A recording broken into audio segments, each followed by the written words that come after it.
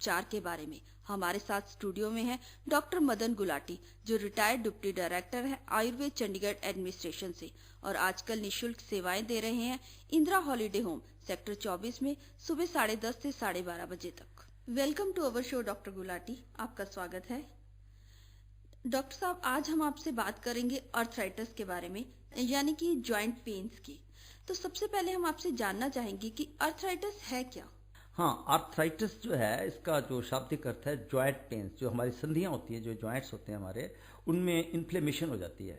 उसको हम joint inflammation कह दें या आर्थराइटिस कह दें। तो इसमें जो मेन सिम्टम होता है जॉइंट पेन्स में, तो उसमें स्वेलिंग होती जाती है, पेन होती है, दर्द होती है और साथ में सोजिश हो जाती है। और फिर इतनी स्टिफनेस हो जाती है, इतनी जकड़ाहट हो जाती है कि हमारे जो है ना वो जॉइंट्स जो है वो मूव भी नहीं कर सकते। कई बार restricted movements of the joints होती है और इसका एक बड़ा कोलैबोरेटिव नेम जो है आर्थराइटिस है। डॉक्टर साहब, फिर इसकी मेडिकल उसमें लाइन में हम लोग इसको कितने टाइप्स में डिवाइड करते हैं कि आर्थराइटिस कितने टाइप्स का होता है? आर्थराइटिस एक बहुत इसमें मोर देन 100 टाइप के आर्थराइटिस हैं, जो बहुत ही डिटेल में अगर हम समझे तो हमारे डिफरेंट जॉइंट्स को, क्योंकि एक जॉइंट की इन्वॉल्वमेंट या मल्टीपल जॉइंट की इन्वॉल्वमेंट्स होती है इसमें। तो जो हमें मेन लेते हैं, जिसके हमें ज्यादातर पेशेंट मिलते हैं, गठिया के मिलते हैं, जिसको हम मॉडर्न लैंग्वेज में क्या कहते हैं, रूमेटॉइड आर्थराइटिस। आयुर्वेद की भाषा में इसको आम बात कहते हैं। रूमेटॉइड आर्थराइटिस बड़ा कॉमन होता है। उसके साथ ही फिर गाउटी आर्थराइटिस होता है, जिसमें कि वो जो एडी में जाके दर्द ज्यादा होती है, तो वो गाउटी आर्थराइटिस कहलाता है। इसी तरह से एक वहां हमें जो कॉमनली मिलता है दैट इज ऑस्टियो आर्थराइटिस, जिसको हम संधि शोथ कह देते हैं। इस तरह से डिजीज के साथ रिलेटेड आर्थराइटिस हो जाते हैं, जैसे ट्यूबरकुलर आर्थराइटिस है, गोनोरियल आर्थराइटिस है, सिफलाइटिक आर्थराइटिस है किसी इन्फेक्शियस डिजीज की वजह से, या सोरियासिस की वजह सोरियाटिक आर्थराइटिस भी होता है ना। ऐसे एक रिएक्टिव आर्थराइटिस, उसको रीटर सिंड्रोम कहते हैं। कई बार स्किन बड़ी हार्ड हो जाती है और आर्थराइटिस जो है कनेक्टिव टिश्यू इन्वॉल्वमेंट हो जाती है, इसको स्क्लेरोडर्मा कहते हैं। फिर हमारा फ्रोजन शोल्डर हो जाता है, एनकाइलोजिंग स्पॉन्डिलाइटिस होते हैं, स्पॉन्डिलोसिस होती है, सर्वाइकल स्पॉन्डिलोसिस है। मतलब सारी रिलेटेड प्रॉब्लम मस्कुलोस्केलेटल सिस्टम से बहुत सारी आर्थराइटिस हैं, परंतु जो मेनली जो हमें पेशेंट मिलते हैं वो ज्यादातर रूमेटॉइड आर्थराइटिस के ही ज्यादा गठिया के। हाँ। तो हम उसके बारे में जानना चाहेंगे कि गठिया क्यों हो जाता है? हाँ, रूमेटॉइड आर्थराइटिस एक ऐसी डिजीज है जिसको हम कहते हैं ऑटोइम्यून डिजीज।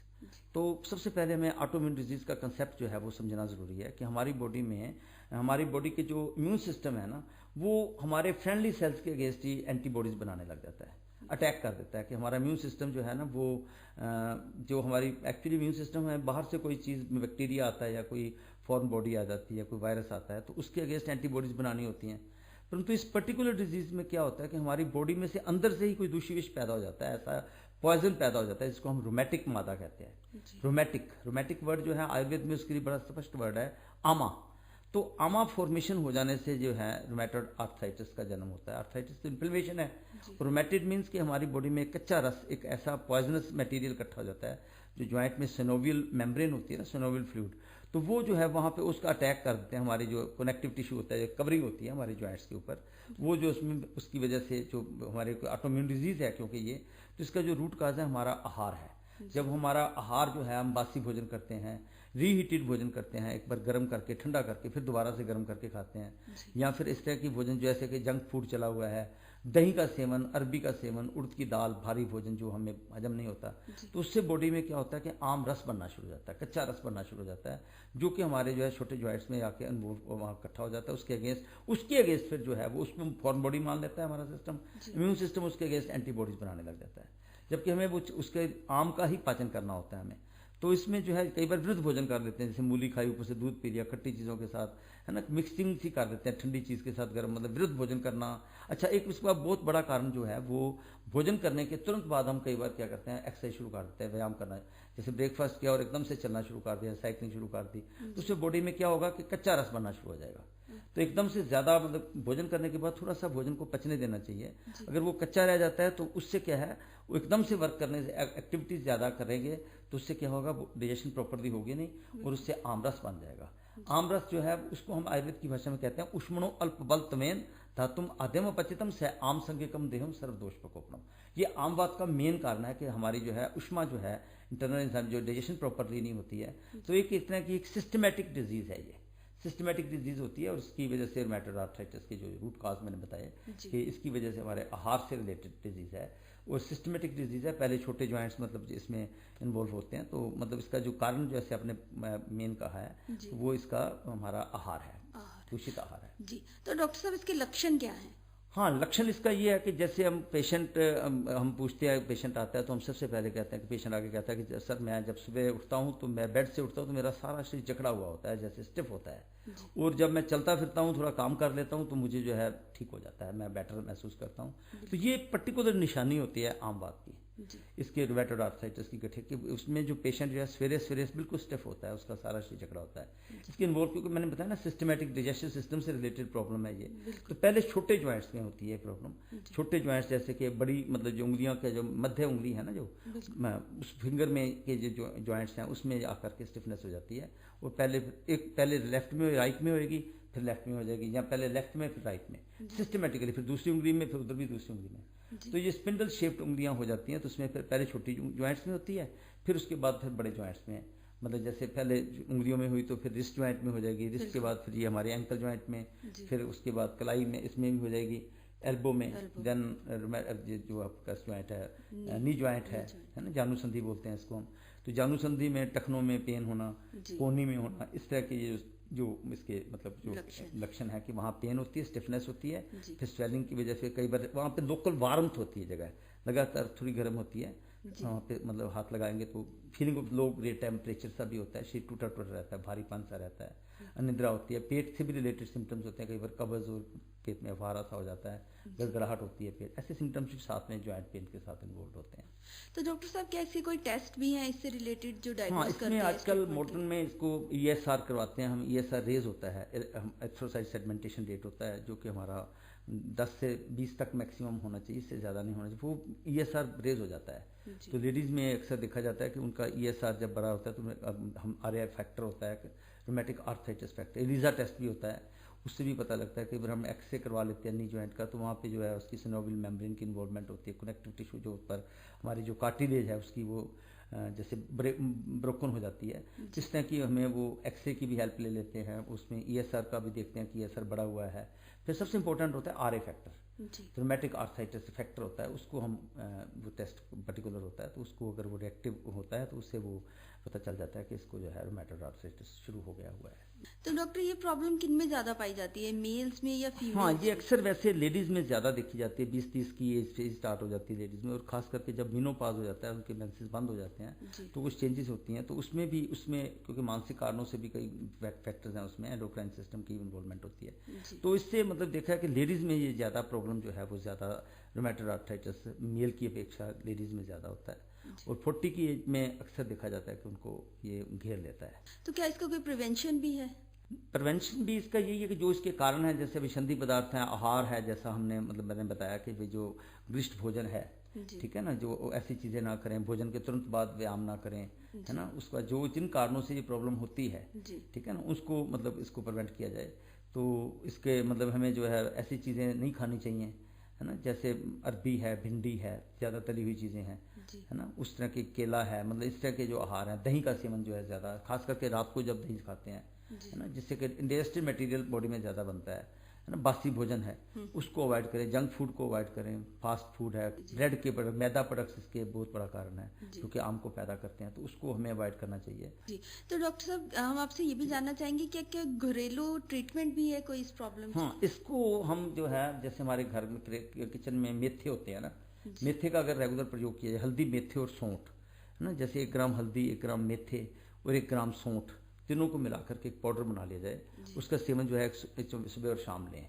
तो हल्दी मेथे, इसी तरह स्वांजना, एक बड़ी स्वांजना की फलियां भी होती हैं, सहजन की फली बोलते हैं हमने, ठीक है ना, हमारे एक तेल आता है जिसे अरंड का तेल बोलते हैं, कैस्टर ऑयल बोलते हैं, ठीक है ना, इससे मेरे कल्फर है, हमारे तो शास्त्रों में ये लिखा हुआ है आम बात के लिए, कट्टी तट निकंजेशु संचरण वात कुंजरय एरंड तेल से गंधा ग्राय गच्छति।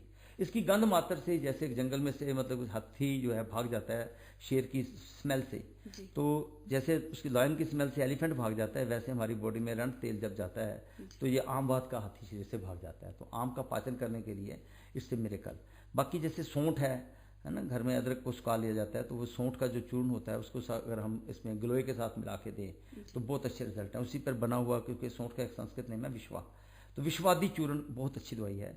1 से लेकर 3 ग्राम तक हम इसको भोजन के बाद गर्म पानी के साथ देते हैं। इस तरह से अजमोदा आदि चूर्ण है, अजमोद एक जड़ी बूटी, वो भी अजवाइन की तरह ही होती है अजमोदा, तो अजमोदा आदि चूर्ण भी जो है वो इसमें बड़ा यूज़फुल है। अजमोदा आदि चूर्ण का भी 1 से लेकर 3 ग्राम तक हम इसका प्रयोग करवाते हैं। और इसमें एक्चुअली हमें क्या करना है, तेल की मालिश नहीं करनी होती इसमें, क्योंकि स्टिफनेस होती है, इसमें आमा की इन्वॉल्वमेंट होती है और कई बार हम तेल की मालिश करते हैं तो दर्द बढ़ जाती है। तो इसकी एक डायग्नोसिस करने के अभी एक तरीका होता है कि तेल की मालिश करें। अगर किसी जॉइंट पेन्स हो रही हैं और तेल की मालिश से बढ़ गई है तो इसका मतलब उसको रूमेटॉइड आर्थराइटिस है। प्योर उसकी जॉइंट की इन्वॉल्वमेंट नहीं है, बल्कि वहाँ पे अंदर से विष बन रहा है, तो वो उसमें हम तेल की मालिश मना करते हैं। हम इसमें क्या करते हैं, सूखा सेक, जैसे रेत की पोटली दे करके, रेत की पोटली को मोटे कपड़े में बांध के या काले चने भून लिए उसका जो है सेक है, या कोई ड्राई पानी की बोतल का जो ड्राई सेक है ना, जो वो इसमें किया जाता है, जिससे कि बॉडी में पसीना आ जाए। तो इस पर बनी हुई काफ़ी सारी मेडिसिन हम देते हैं, जैसे इंग्लिशवर रस है, आम बतारी रस की टेबलेट्स होती हैं, अमर सुंदरी बट्टी की गोलियां होती हैं, जिनमें 3 बार हम अक्सर देते हैं। तो गूगल के प्रयोग भी इसमें बहुत अच्छे हैं।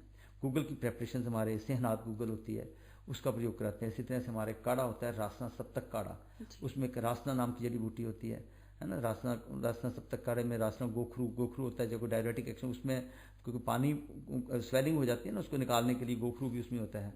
रासना गोखरू एरंड मूल होती है, रासना गोखरू है। देवदारू एक प्लांट होता है, उसकी भी शाल का प्रयोग करते हैं।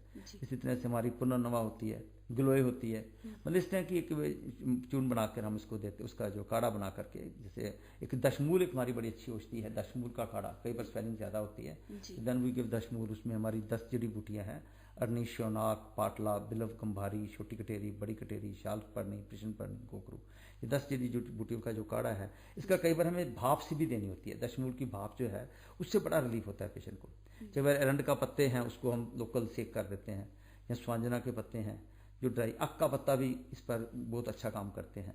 तो उसका तवे के ऊपर गर्म करके हम जहाँ पे पेन और स्वेलिंग होती है वहाँ पे देते हैं। बाकी जो सिस्टमेटिक ट्रीटमेंट बताया जो मैंने, कि भाई इसमें हमारे जो है वो गूगल का प्रयोग बहुत अच्छा है। गूगल हमारी सेहनात गूगल है, रासना आदि गूगल होती है एक दवाई। इस तरह अगर स्वेलिंग हो तो पूर्णवादी गूगल भी देते हैं। कई बार पेशेंट बहुत वीक होता है तो उसको हम त्रोदिशांग गूगल, एक हमारी औषधि होती है, उसमें 13 चीज़ें होती है, जड़ी बूटियाँ, जिससे कि उसकी हेल्थ को भी, मतलब बड़े वीक पर्सन में भी पेन होती है, तो उनमें जो रूमेटॉइड आर्थराइटिस जो डेवलप हो जाता है, उसमें हम त्रोदिशांग गूगल का प्रयोग करवाते हैं। तो डॉक्टर, ये तो बात हुई गठिए की। आर्थराइटिस की एक और टाइप है गाउटी आर्थराइटिस, हम उसके बारे में गाउटी आर्थराइटिस एक्चुअली गाउट जिसे बोलते हैं ना, इसको आयुर्वेद की भाषा में वात रक्त नाम दिया गया है। इसमें वायु का इन्वॉल्व, जैसे उसमें आमा की इन्वॉल्वमेंट है, इसमें हमारा ब्लड भी साथ में इन्वॉल्व होता है। तो इसमें मेन कारण क्या होता है कि हमारी बॉडी में हाई प्रोटीन डाइट खाते हैं ना जो लोग, रिच डाइट लेते हैं, जैसे कि मतलब प्रोटीन जो है, कहते हैं ना 25 साल तक तो प्रोटीन हम खाते हैं, उसके बाद अगर हम प्रोटीन ज़्यादा खाते हैं तो प्रोटीन हमें खाना शुरू कर देता है। तो इसमें क्या होता है कि यूरिक एसिड बढ़ जाता है, तो यूरिक एसिड 5 से 7 6 से ऊपर चल जाता है, तो फिर वो जो है वो मतलब क्रिस्टल से बन जाते हैं जॉइंट्स के बीच में आकर के। तो वो जो पेन, उसमें गाउटी आर्थराइटिस में क्या होता है कि ये एक मतलब है, तो ये भी एक सिस्टमेटिक डिसऑर्डर है, हमारी प्रोटीन मेटाबॉलिज्म से रिलेटेड डिजीज़ है। हाई प्रोटीन डाइट लेने वाले जो पनीर खाते हैं, कई बार अल्कोहल का सेवन भी साथ में कर लेते हैं, और साथ में दालों का सेवन जो लोग ज़्यादा करते हैं, और रिच डाइट जो लेने वाली आदतें होती हैं ना, उनको ये गाउटी आर्थराइटिस नाम की बीमारी हो जाती है, जिसमें जो हमारी एडियों में दर्द होती है। मतलब इसमें मेन क्या लक्षण होता है कि जो एडियाँ हैं वहाँ पे दर्द होती है, और अंगूठे में से एकदम पेशेंट को ना अंगूठे में बहुत ज़बरदस्त पेन होती है, अचनचेत। रात को सोया और सवेरे उसके उठेगा तो एकदम से जैसे बिच्छू ने काट लिया है, तो ऐसे अंगूठे में से पेन स्टार्ट होती है, पैर के अंगूठे से। तो पैर के अंगूठे से जो पेन, उसका जो है वो टिपिकल सिम्टम है इसका, जो गाउटी आर्थराइटिस का है।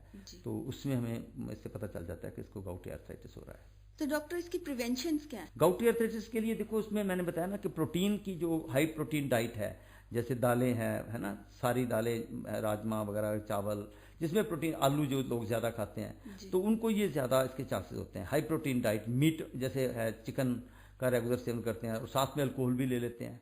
इसका वैसे हमारे आयुर्वेद के ग्रंथों में अड्ढवात भी नाम दिया है। अड्ढा मैंने मीरों का रोग, जो मीर रिच मैन डाइट है ना, जो मतलब हर समय मतलब रिच डाइट जो है, प्रोटीन से रिलेटेड डाइट है, और अल्कोहल का जो चिकन वगैरह लेते हैं ना, उनको घिया, काली तोरी, टिंडा, पेठा, जो वेल के ऊपर गिरने वाली सब्जियां हैं, जिसमें प्रोटीन कम हो, है ना, कार्बोहाइड्रेट्स, और साथ में जो है मतलब जिसमें नाइट्रोजन की मात्रा कम हो, वो वाली जो मतलब हमारी सब्जियां हैं, जिसमें कुकुरबिटेसी फैमिली की जो सब्जियां हैं, जैसे घिया है, काली तोरी है, टिंडे हैं, पेठा है, इसका सेवन जो अगर ज़्यादा करें तो हम इससे मतलब बैलेंस डाइट लें तो हम इससे बच सकते हैं गouty आर्थराइटिस से। डॉक्टर इसका ट्रीटमेंट क्या है?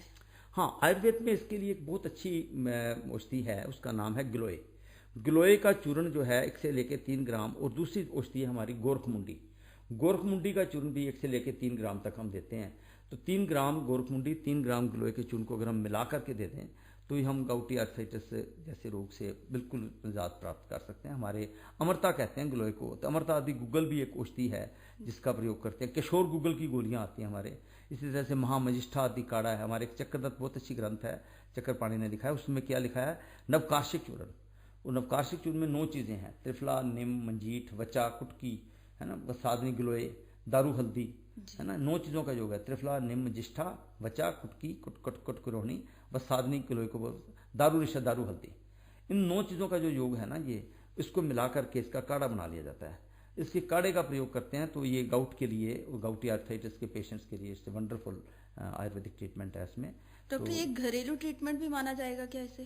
हाँ, इसको ये जड़ी बूटियां, देखो ये जो गिलोय है या ये तो घर घर में हम लगानी चाहिए ऐसी वेल तो, है ना। बाकी जो प्रोटीन डाइट को हम जब चेंज करेंगे तो घरेलू ट्रीटमेंट में तो घिया पेठा ही कहेंगे कि भाई घिए का इस्तेमाल करें, घिए का जूस लें या पेठे का सेवन करें, ज़्यादा तर खीरे खाएं, है ना। इससे जो है मतलब आपका प्रोटीन जब डाइट आप बंद कर देंगे तो उसमें, हाँ, एक सुरंजा होती है, मिठियाँ सुरंजा कहते हैं हम, है ना। मजून सुरंजा करके एक मेडिसिन मिलती है बाजार में, मजून सुरंजा, तो उसको हम घरेलू भी कह सकते हैं कि मिठिया सुरंजा का ही उसमें यूज़ करते हैं घर में। तो उसको जो है वो हम दे सकते हैं, मिठिया सुरंजों की मजून सुरंजा करके मेडिसिन आती है, यूनानी सिस्टम ऑफ मेडिसिन में ये बहुत यूज़ होती है। उसका 1 चम्मच जो है रात को सोने के टाइम पे अगर लिया जाए तो उससे बहुत फ़ायदा होता है।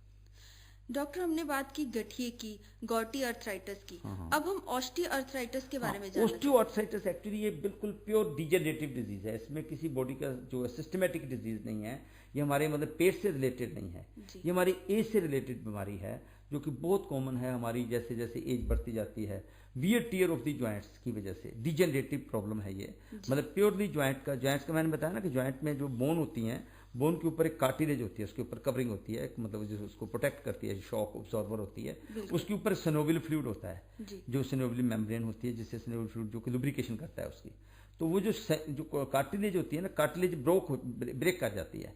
तो जैसे वियर टियर जैसे एज बढ़ती जाती है ना, तो जैसे ओल्ड एज हमारे होती जाती है 50-60 के बाद, मेल में खासकर जो ओवरवेट है, जिनका भार ज्यादा है ना। लेडीज में भी जब ये मेनोपॉज हो जाता है तो उनकी जो है कैल्शियम की कमी होनी शुरू हो जाती है, कि कोई एस्ट्रोजन लेवल कम हो जाता है तो कैल्शियम की डिपोजिशन नहीं होती है, हड्डियां जो है वो उनकी बोन डेंसिटी कम हो जाती है, तो उसमें भी। और कार्टिलेज के जब खत्म हो जाती है तो आपस में हड्डियां जो है किसने रगड़ खाती हैं। जब कार्टिलेज कम हो जाएगी, बीच में कुशन जो है ना, जो कुशन का काम कर रहा है, तो वो जो है हड्डियां आपस में घिसने लग जाएंगी। तो जैसे जैसे वियर टियर के साथ ये प्योरली मतलब ये डिजेनरेटिव डिजीज होती है, इसको हम संधि शोथ कह सकते हैं, या इसको हम संधिवात भी कहते हैं आयुर्वेद में। तो इसको क्या है, इसका जो है प्योरली ये वातिक डिजीज है, इसका आमा नहीं होता है इसमें तेल की मालिश से बहुत फायदा होता है। जब हम किसी की डायग्नोसिस करते हैं, जैसे हम तेल की जॉइंट पेन का पेशेंट आया, हमने उसको कहा भाई तेल की मालिश करके देख, तो इसको कोई तेल लगा दिया, सरसों का तेल या तिल का तेल लगा दिया, अगर उसके तेल लगाने से उसकी दर्द कम हो जाती है तो इसका मतलब ही सफरिंग फ्रॉम दी ऑस्टियोआर्थराइटिस। अगर उसकी दर्द बढ़ जाती है तो वो कैसे सफर कर रहा है, रूमेटॉइड आर्थराइटिस से। तो यही हमारी डायग्नोसिस का भी एक मेथड बन जाता है कि ऑयल की मसाज करने से अगर दर्द बढ़ जाती है तो उसको जो है वो रूमेटॉइड आर्थराइटिस हो सकता है। और ये जो ऑस्टियोआर्थराइटिस में क्योंकि उसमें स्टिफनेस, उसमें जो जैसे रूमेटॉइड आर्थराइटिस में बताया ना मैंने कि मेन सिम्टम क्या होता है, स्टिफनेस, मगर इसमें स्टिफनेस नहीं होती, इसमें तो पेन होती है ना। और ये बड़े जॉइंट्स में इन्वॉल्वमेंट होती है। जैसे मैंने बताया कि जैसे रूमेटॉइड आर्थराइटिस में क्या होता है, छोटे जॉइंट्स इन्वॉल्व होते हैं, छोटी उंगलियों से स्टार्ट होती है, रिस्ट जॉइंट में चला गया उधर। इसमें बड़े जॉइंट्स होते हैं, जैसे हिप जॉइंट में इन्वॉल्वमेंट होगी या नी जॉइंट में ना, वेट बियरिंग जॉइंट्स है ना, वहां पे वो वियर टियर के चांसेस ज्यादा होते हैं। तो इसको बड़ा टाइमली हैंडल करना चाहिए। इसमें अगर वियर टियर स्टार्ट हो गया और फिर भी लोग करे जा रहे हैं सैर पर सैर, तो फिर नुकसान हो जाता है। इसमें बड़ा। तो डॉक्टर कॉमनली एक बैक पेन, नेक पेन भी की प्रॉब्लम भी सुनी जाती है, उसके बारे में आप क्या कहेंगे? हाँ, जैसे नेक पेन को हम ना सर्वाइकल स्पॉन्डिलोसिस या स्पॉन्डिलाइटिस जो कह देते हैं, सर्वाइकल स्पॉन्डिलोसिस की प्रॉब्लम होती है, जो नेक स्टिफ हो जाती है ना। इसमें जो वर्टेब्रास नेक के है ना, उसमें मतलब जो इंटरवर्टेब्रल डिस्क होती है वो कई बार उसकी प्रलैप्स हो जाती है, हर्निएटेड हो जाती है, तो उससे मतलब ये मतलब नेक से रिलेटेड ये प्रॉब्लम है सर्वाइकल स्पॉन्डिलाइटिस। जिसमें हम जो है मतलब मसल्स को रिलैक्स करने के लिए भी हमें सिलाकी नाम की एक मेडिसिन होती है, इसकी मस्कुलर रिलैक्सेंट, उसमें हमें एक औषधि होती है मतलब जिसको हम बोलते हैं ये कलिहारी। तो कलिहारी की जो जड़ होती है, जो लक्ष्मण की जब जो मूर्छित हुए थे ना, तो उसमें जिस बाण उसको लगाया था वो कलिहारी का लेप किया था, तो उसी बूटी का इसमें प्रयोग करते हैं हम कलिहारी। तो उसको ग्लोरियोजा स्पोर्बा भी कहते हैं उसका बड़ा मस्कुलर रिलैक्सेंट एक्शन होता है। तो वो सर्वाइकल स्पॉन्डिलोसिस के हमारे औषधि होती है पंच अमृत लो गूगल। It's a wonderful drug for cervical spondylitis में हम देते हैं। तो इसमें कई बार चक्कर भी आते हैं पेशेंट्स को, हाई बीपी, क्योंकि स्टिफ नेक होने से उसके साथ ही क्योंकि थायराइड पड़ा हुआ है ग्लैंड, तो इसमें सारे इन्वॉल्वमेंट उसके साथ हो जाती है। और उसमें कई बार पेन जो है वो बाजुओं में भी जाती है ना, चक्कर भी आते हैं और नेक बड़ी स्टिफ हो जाती है। तो ये सर्वाइकल नेक पेन उसमें होती है। जो आपकी बैक पेन की बात की है, इसको हम बोलते हैं एंकाइलोजिंग स्पॉन्डिलाइटिस, है ना। एंकाइलोजिंग स्पॉन्डिलाइटिस में भी क्या होता है कि हमारी जो स्पाइन है ना वो फ्यूज हो जाती है, उसमें जो वर्टिब्राज हैं उसकी भी इन्फ्लेमेशन हो जाती है, साथ में जो पेल्विक सैक्रोइलिक जॉइंट होता है वहाँ पे भी मतलब इसकी इन्फ्लेमेशन हो जाती है और उसकी जॉइंट की इन्वॉल्वमेंट होती है, और वो भी एक तरह की ऑटोइम्यून डिजीज ही है। तो डॉक्टर क्या शोल्डर पेन के बारे में भी आप कुछ बताना चाहेंगे? हाँ, शोल्डर पेन जो है ना, इसको हम फ्रोजन शोल्डर कहते हैं। इसको इसका नाम जो है एडिसिव कैप्सुलाइटिस भी बोलते हैं, है ना। ये अक्सर हमने देखा है कि जो डायबिटिक पेशेंट्स होते हैं ना, डायबिटीज की तरफ जा रहे होते हैं, या उनकी एंडोक्राइन जो चेंजेस थायराइड की वजह से, या मतलब जो उसका इंसुलिन का जो है लेवल इम्बैलेंस जब हो जाता है, तो उनको ये प्रॉब्लम ज़्यादा देखने को मिलती है। इसमें जो हमारा शोल्डर है, कंधे जो होता है ना, वहाँ पे बिल्कुल पूरे स्टिफ हो जाते हैं और वो पूरी तरह मूवमेंट नहीं कर सकते, रोटेशन जो है ना उसकी लैक हो जाती है। और जो कैप्सुलाइटिस, उसका कैप्सूल जो है उसके ऊपर उसकी इन्फ्लेमेशन हो जाती है। तो उसमें भी जो आयुर्वेदिक ट्रीटमेंट, कई बार लोकल सेक देने से ना उससे काफ़ी फर्क पड़ता है। हम सेदन कहते हैं आयुर्वेद की भाषा में। उसमें साथ में जो है हम कुछ औषधियाँ, जैसे मैंने बताया कि गूगल बेस्ड या गोल्ड प्रेपरेशन होती हैं, तो वो उसमें बड़ा अच्छा फ़ायदा करती हैं जो फ्रोजन शोल्डर की प्रॉब्लम है। उसी से रिलेटेड हमारी एक शैटिका की प्रॉब्लम होती है। शैटिका भी बहुत कॉमन होती है, जिसको हम गिरदर्सी बोलते हैं। तो इसमें भी स्लिप डिस्क का ही होता है, क्योंकि एक्चुअली जब वो डिस्क स्लिप कर जाती है तो जो नर्व वहाँ से निकल रही है, शैटिक नर्व निकल रही होती है, उसमें मतलब वो पेन होती है। तो वो पेन जैसे जैसे एक लेग से मतलब बैक से स्टार्ट होकर के ना ये नीचे टांग को पूरे को जैसे तेजी से चल नहीं सकता आदमी, तो थोड़ा सा चलेगा तो उसमें वो उसको बड़ी दर्द होती है। तो उसमें हमारे आयुर्वेद में ना एक बड़ी कमाल की बूटी है, उसका नाम है निर्गुंडी, संभालू कहते हैं। उसके संभालू के पत्तों का काढ़ा बना लेते हैं। जैसे 15 एक पत्ते ले लिए जाते हैं संभालू के, तो उसके 15 पत्ते लेकर के उसमें थोड़ा एरंड का तेल डाल देते हैं। तो 15 पत्तों का काढ़ा बना के उसमें एरंड का तेल डाल के अगर 2-3 बार पिया जाए तो शैटिका पेन में बड़ा फायदा होता है। इसी तरह से एक हार श्रृंगार होती है। हार श्रृंगार एक आर्बोट्रिस्टिस नाम से एक बूटी होती है। उसके पत्ते बड़े खरवे पत्ते होते हैं, बड़े सुंदर फूल होते हैं उसके, है ना। उसका आर्बोट्रिस्टिस के नाम से मतलब नाइट मतलब सुबह सुबह अर्ली मॉर्निंग उसके फूल गिरते हैं उस प्लांट के। तो वो आमतौर पे मंदिरों में, जैन के मंदिरों में, वहाँ पे आप अक्सर लगाते हैं। बड़ा रिलीजियस प्लांट है ये। इसके पत्ते जो है ना ये बड़े कमाल करते हैं इसमें शैटिका की पेन में। तो शैटिका की पेन में हम इसको देते हैं। एक हमारे चूर्ण होता है, हालों है, चंद्रसूर को बोलते हैं, कलौंजी, मेथे होते हैं और अजवाइन। ये 4 चीजें, हालों, कलौंजी, मेथे और अजवाइन। इन चारों को पीस लेना है। जैसे 50 ग्राम हालों ले ली, 50 ग्राम कलौंजी, 50 ग्राम मेथे, 50 ग्राम अजवाइन, इन चारों को मिलाकर के 200 ग्राम चूर्ण बन जाएगा। वो 200 ग्राम चूर्ण को आधा चम्मच चूर्ण, 1 चम्मच देसी खंड, जिसे बुरा खंड कहते हैं, देसी खंड डाल देनी, उसमें डबल मलाई डाल देनी है, क्योंकि ये बॉडी के कोलेस्ट्रॉल को भी कम करती है। तो इस तरह की जो कॉम्बिनेशन है ना, हालों, कलौंजी, मेथे, अजवाइन, हमने तो उसका नाम ही हाकम चूर्ण रख दिया। हालों, कलौंजी, मेथे, अजवाइन का चूर्ण जो है घरेलू नुस्खा है ये। इसका अगर हम प्रयोग करें तो मैं समझता हूँ कि आर्थराइटिस के शैटिका वाली जो प्रॉब्लम है बहुत सताती है लोगों को। उसके लिए कई बार सर्जरी भी करनी पड़ती है और काफ़ी ज़्यादा पेशेंट परेशान होता है। कई बार डायबिटिक पेशेंट होते हैं, उनको भी ये साथ में शैटिका हो जाती है। तो उसमें हम कई बार साथ में कहते हैं बसंत कुसुमा का रस ले लो या जोगिंदर रस ले लो, और साथ में ये वाली हाकम चूर्ण जो है, हालों, कलौंजी, मेथे, अजवाइन, या मैंने जैसे बताया कि निर्गुंडी के पत्तों का चूर्ण, एरंड का तेल डाल के, है ना, या फिर उसका जो है वो हार श्रृंगार के पत्तों का चूर्ण, जो पत्तों का जो काढ़ा बना लिया जाए, है ना। मेथड उसका बड़ा आसान है कि 10 ग्राम के करीब पत्ते होते हैं, 200 ग्राम पानी डालना होता है और उसका चौथा हिस्सा 50 ग्राम रह जाए, उसको पुण के पी लेना होता है। और अपने टेस्ट डालने के लिए चाहे शहद डाल लो चाहे गुड़ डाल लो, ठीक है ना। इस तरह का वो टेस्ट बना के शैटिका जैसी प्रॉब्लम को हम निजात प्राप्त कर सकते हैं। बिल्कुल डॉक्टर, ये तो हुई आर्थराइटिस की बात, इसकी ट्रीटमेंट की बात। आप हमारे लिसनर्स को और कुछ बताना चाहेंगे? हाँ, मैं ये समझता हूँ कि जो कोई भी प्रॉब्लम हमें होती है जैसे डिजेनरेटिव, उसको लाइट नहीं लेना चाहिए। टाइमली उसका जो है ट्रीटमेंट किसी अपने जो डॉक्टर नज़दीक में है तो हम लोग तो यहाँ पे ना इंदिरा हॉलीडे होम में, यहाँ पे मैं चैरिटेबल सर्विसेज हम जो है अपना इंदिरा हॉलीडे होम में चैरिटेबल उन्होंने विंग खोला हुआ है, वहाँ पे आयुर्वेदिक का विंग है। वहाँ पे हमने जो है सवेरे 10:30 से लेकर 12:30 बजे तक मंडे से फ्राइडे में अक्सर वहाँ मिलता हूँ। तो कभी भी किसी की कोई समस्या हो, है ना, किसी तरह की, तो हम वहाँ पे निःशुल्क सेवाएं देते हैं। तो लोग हमें कॉन्टैक्ट कर सकते हैं, उसका आयुर्वेद की जो भी ट्रीटमेंट है उसका पूरा फायदा ले सकते हैं। बिल्कुल। डॉक्टर साहब, आप हमारे स्टूडियो में आए, आपका बहुत बहुत धन्यवाद। लिसनर्स, जॉइंट पेन्स, इसे बढ़ती उम्र का तकाजा कहें या उम्र के साथ शरीर में आई कमजोरी, जो समय के साथ साथ हमें शरीर की कमजोरी, थकावट और दर्द का एहसास कराने लगती है। लेकिन इसका उपचार सही समय पर कर लिया जाए तो इस दर्द से बचा जा सकता है, जैसा कि आज डॉक्टर मदन गुलाटी ने हमें बताया आयुर्वेद चिकित्सा में।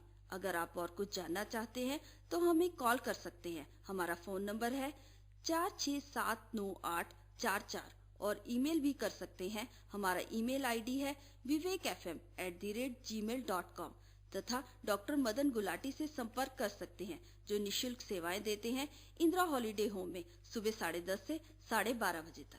तब तक के लिए लिसनर्स, आप सुनते रहिए विवेक 90.4 FM, नई जनरेशन का नया रेडियो।